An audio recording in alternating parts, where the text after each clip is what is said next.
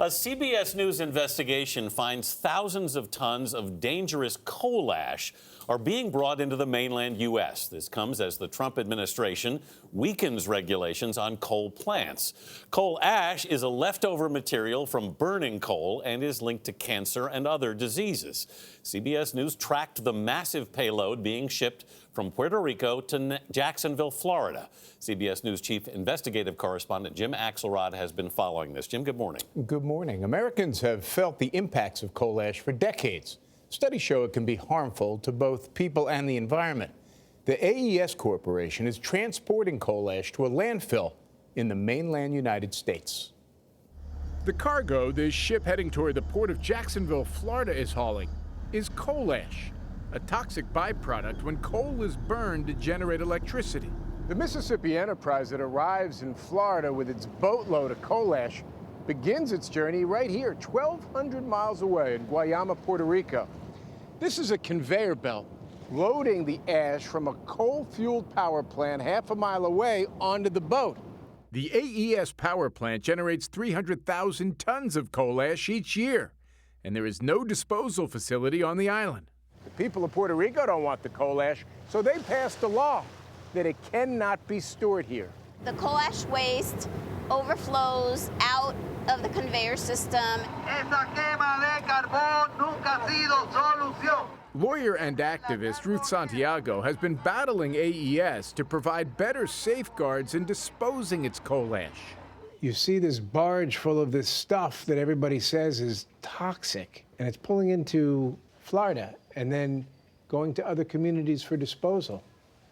What's your warning to them?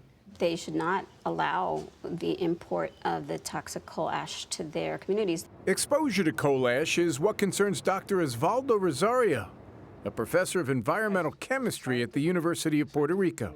Coal ash, chemically speaking, how dangerous? It's full of toxic materials, arsenic, selenium, chromium-6. You'll begin seeing respiratory problems, higher levels of cancer. Multiple studies show that exposure to coal ash is hazardous. Plenty of people in Tennessee will agree with that. On December 22, 2008, a dike ruptured at the Tennessee Valley Authority power plant in the town of Kingston, spilling more than 1 billion gallons of coal ash. Before the spill, yes, in December of 2008, were you healthy? Yes, I was in perfect health. I didn't have no medical problems.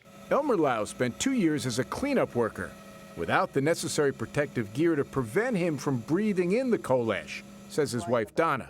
He's part of an ongoing lawsuit against the company that hired him. What did he look like when he would come in the front door? It looked like it was white and it was clay and it was nasty mud, but it wasn't mud. It was the coal ash on him.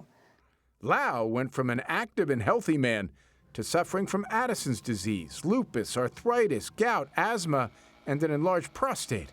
The Obama administration in 2015 established new federal regulations for coal ash storage, including monitoring of nearby groundwater as well as its disposal. We have ended the war on beautiful, clean coal. Regulations the Trump administration's EPA, headed by former coal industry lobbyist Andrew Wheeler, and I'm not at all ashamed of the work that I did for the coal company, is in the process of weakening. When I tell you that there are tens of thousands of tons, maybe even more, of coal ash coming into the mainland United States from Puerto Rico, does that concern you? It sure does. My nominee, Gina McCarthy. Gina McCarthy was the EPA administrator when the 2015 regulations were implemented.